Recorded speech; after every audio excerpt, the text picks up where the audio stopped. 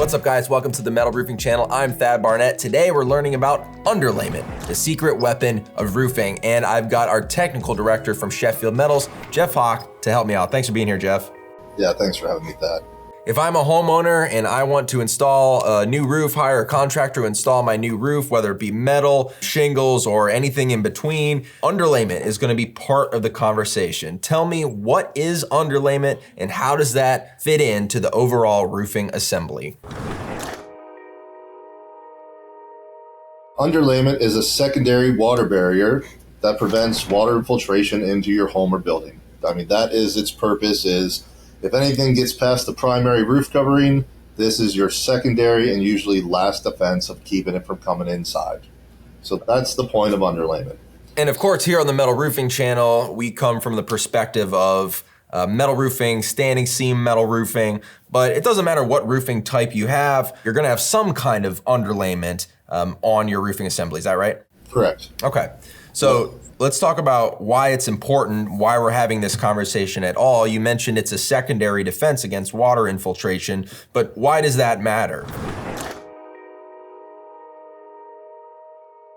Your primary roof covering is your first line of defense against your elements getting into the roof system, right? If installed correctly, everything's perfect. Your underlayment should have very little work to do. But things happen. Condensation, moisture happens, even if it's just a little bit. It keeps your decking dry, which keeps your decking in good shape. And again, it prevents, any small leaks or things like that from coming into the building envelope. In my opinion, having a good underlayment as a secondary defense is, just as important as having the primary roof covering itself. And you have to make sure that both products you're using can work together. Not all underlayments are made to be used with all types of roofing materials. Yeah. Okay, so let's talk about the different types of underlayment and then ultimately which type should I pick for my house and to make sure that my contractor is going to install. So let's start with the types of underlayment. What do we see out there in the industry? It depends on how you want to break it down. There's two main types. There's mechanically attached underlayment that's installed using some type of fastener. And then there's peel and stick underlayment, which has a self-adhered backing on it that sticks to the decking or whatever it's on in the assembly. Generally, for metal roofing, there's four main types of underlayment. You have old school felt paper, 15-pound, 30-pound felt paper. Usually it's used in conjunction with a rosin slip sheet, because the oils in the felt paper can heat up and stick to the back of the metal panels. Over time, it could cause it to tear. That's pretty old school. We don't recommend felt paper for pretty much any application because there's better products out there to be used, You have synthetic underlayment, which is mechanically attached. That's basically the direct replacement for felt paper. It's not adhered. It's held on with either cap nails or staples, depending on what the manufacturer recommends. And it's used in a shingle fashion and basically does water shedding if water was to get into the roof system. It has slope limitations. You can't use it on anything flat because the laps aren't sealed, so you need that slope for the water shedding ability. Then you have self-adhered, also called ice and water shield, also called peel and stick. It's basically a synthetic underlayment with an adhesive backing. You don't need any fasteners to install it. It sticks directly to the deck and itself on the laps. Put it down, you're done. And then the other one that's pretty newer to the industry, again, it's a self-adhered but fire-rated product. It's a fire-rated self-adhered underlayment, and it's basically can bring your combustible assemblies up to a Class A rating when it's used. Okay. So those are four main types. Yeah. And within those types, obviously there are dozens and dozens of brands. Dozens of brands, dozens of products within those brands all over the place, and all at different levels and price points. And that's just for metal roofing, not across roofing as a whole. There are a ton of underlayments out there. Yeah. And you've seen so many of these underlayments because you develop kind of the recommended product list for Sheffield Metals installations. If I'm a homeowner, I'm looking at all these different brands and all these different types. My question is, which one is right for my house and how do I know?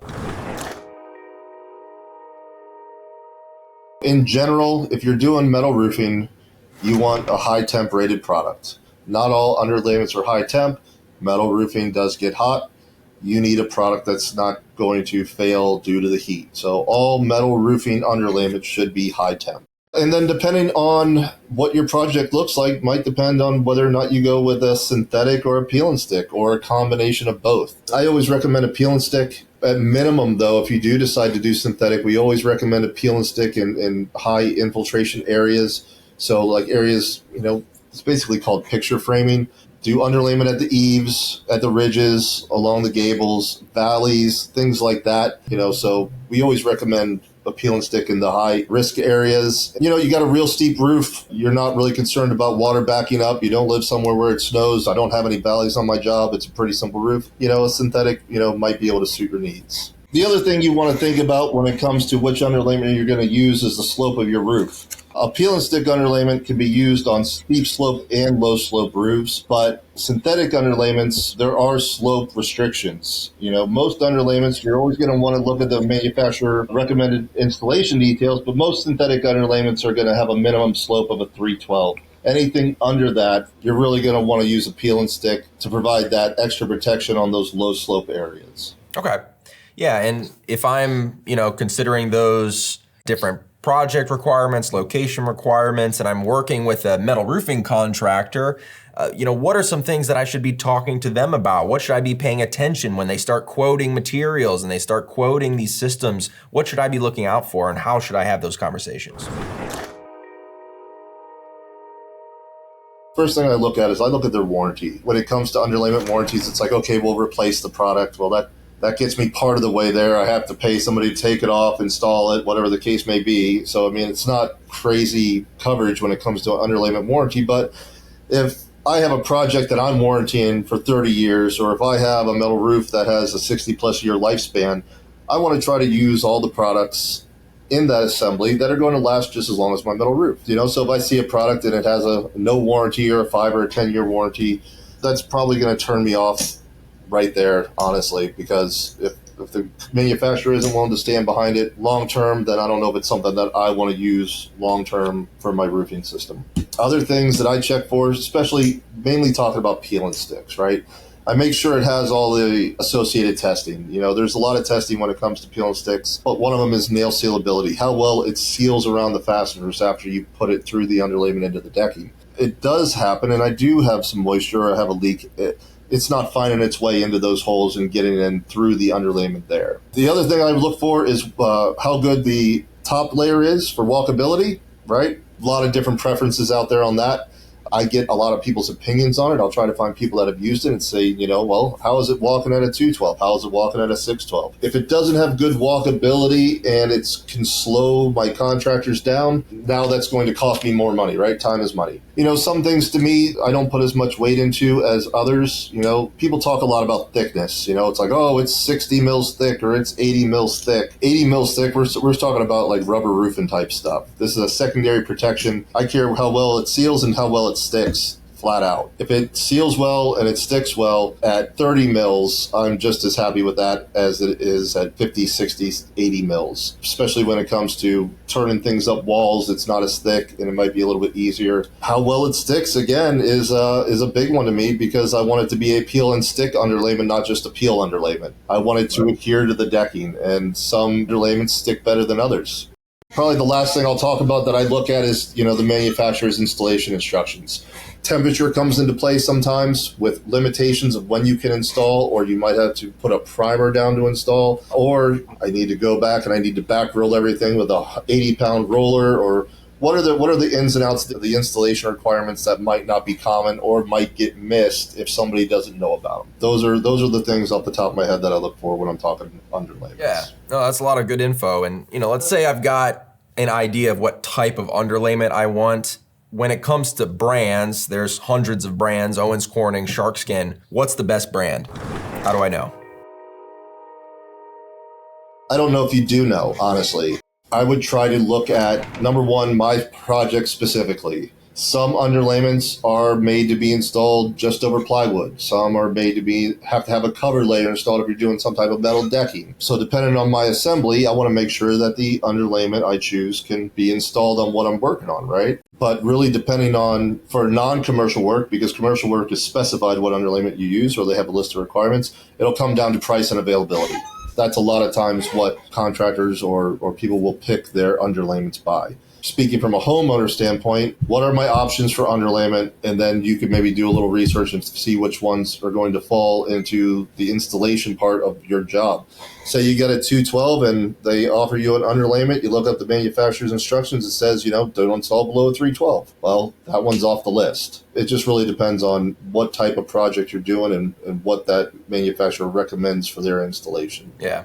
Yeah. And a contractor might have one underlayment or two underlayment brands that they stock because they can buy it in bulk, and they're not going to give you another option. If I'm doing something all day and I got a product that has good walkability, my guys are safe up on the roof. It goes down easy. It doesn't give me a lot of problems. If I run short, I can go pick up a couple more rolls if I need it because it's local. Those are all things that would play into my decisions, if I was an installation contractor. I wouldn't want to run short and be like, oh, well, I have to order 2 more rolls. It's going to be here in a week. I guess I'll just stop. The good thing is that there are a lot of good choices out there for underlayments. Most all peel and sticks will meet the same specs. Really a lot of the differences come down to play into warranties, thickness, the size of the rolls, things like that. So, and it might come down to, if your contractor's offering a installation warranty, I only offer an installation warranty if we use this product. So that might be part of it too. Yeah. Okay, as we wrap up, do you want to talk about pricing and kind of how that factors into my decision as a homeowner when it comes to underlayment? Price, it's a good thing and a bad thing. Cheaper doesn't always mean worse. More expensive doesn't always mean better. A lot of times people talk about price per rolls. Well, rolls come in different sizes. So if you're looking at underlayments and one's $100 a roll and one's $250 a roll, but the $250 one is 3 times the size of the $100 ones, you want to make sure that when you're looking at stuff, you're comparing apples to apples. All right, this is good information, Jeff. I really appreciate it. I think we got a lot of info on how to choose the right underlayment for me as a homeowner. If you've got any questions, comment down below or check out our other videos about metal roofing accessories, especially underlayment. Subscribe here to the Metal Roofing channel for more videos just like this. As always, I'm Barnette. We'll catch you next time.